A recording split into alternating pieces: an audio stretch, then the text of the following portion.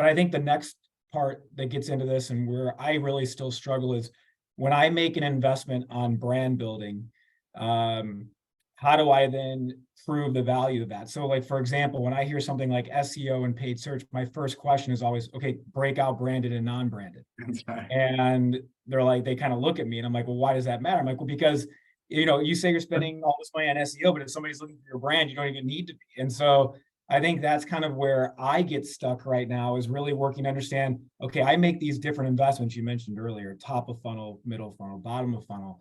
Yeah. How do I work to begin to understand how those are driving bottom line? And that becomes more difficult. So I think setting aside, the dark media and things we can't measure, I think that's my biggest challenge right now, is really working to understand how to deal with the politics, as well as a clear understanding of why we're spending this dollar. And then how do I prove that the key let's go back to OKRs. The key results were here to get to this objective, and connecting that line is as you mentioned, the signals are weakening, and you throw in some of the politics, it's just leading to some interesting conversation, both in class and outside.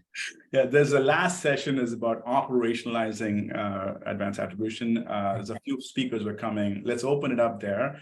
Obviously, these are leaders who are successful in rolling on attribution, and they dealt with all the politics from the top level to the